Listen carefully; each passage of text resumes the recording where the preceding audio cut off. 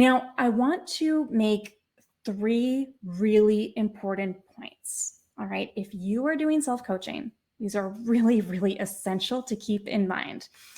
So, number 1, self-honesty and self-trust are essential to doing this work, right? So that is why you need to develop those skills at the same time in order to effectively self-coach.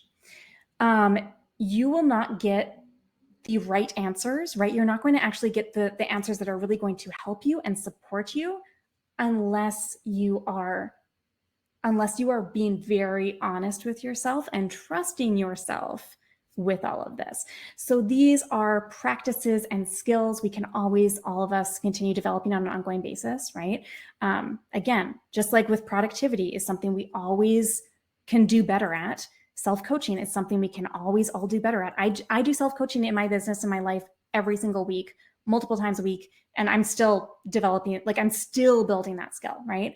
Self-trust and self-honesty are the exact same. We still can constantly build them. We can constantly fine tune them, which is really cool. It's really, really great.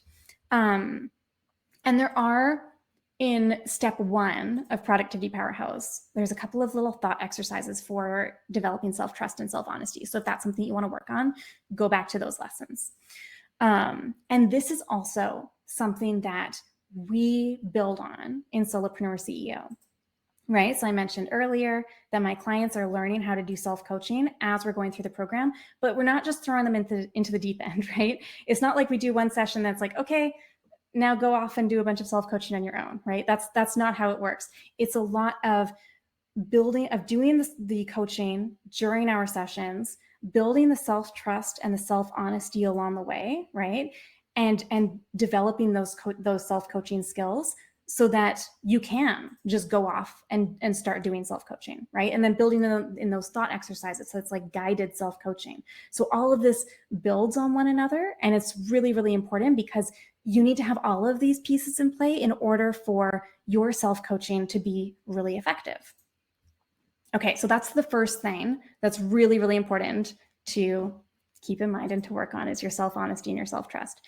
The second important thing to keep in mind while you are doing self-coaching is that you are asking the right questions for this particular session of self-coaching, and that you are following the root issue paths.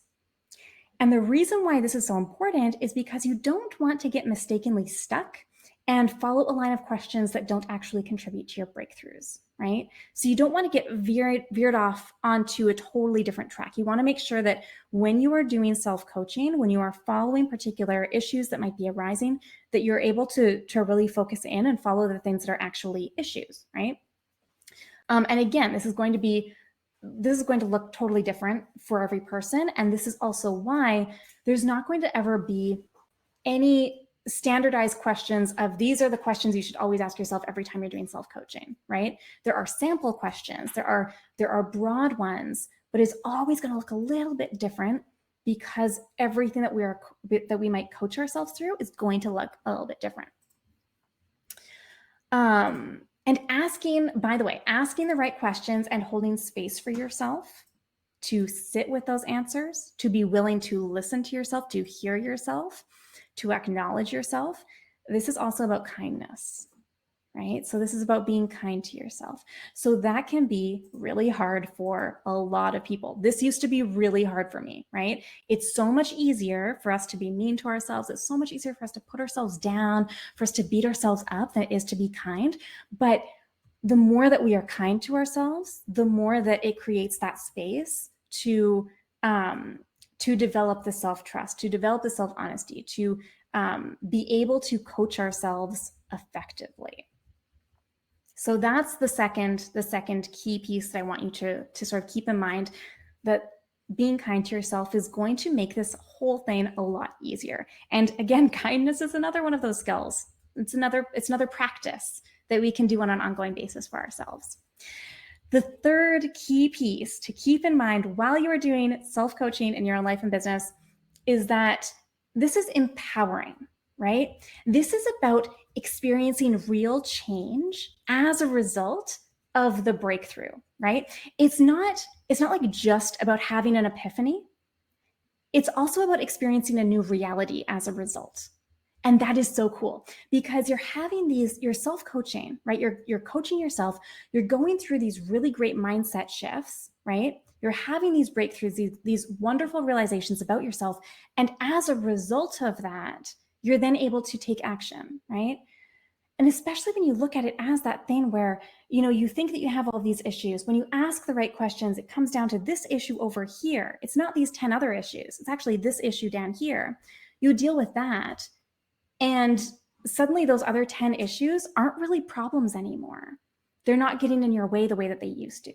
So you're kind of leapfrogging over those issues, and you're able to get those real results from doing that. So it's really, really cool because it's getting you these amazing mindset shifts while also being able to take action and being able to tangibly see the progress that you're making. And I love it. It's fantastic. It's amazing.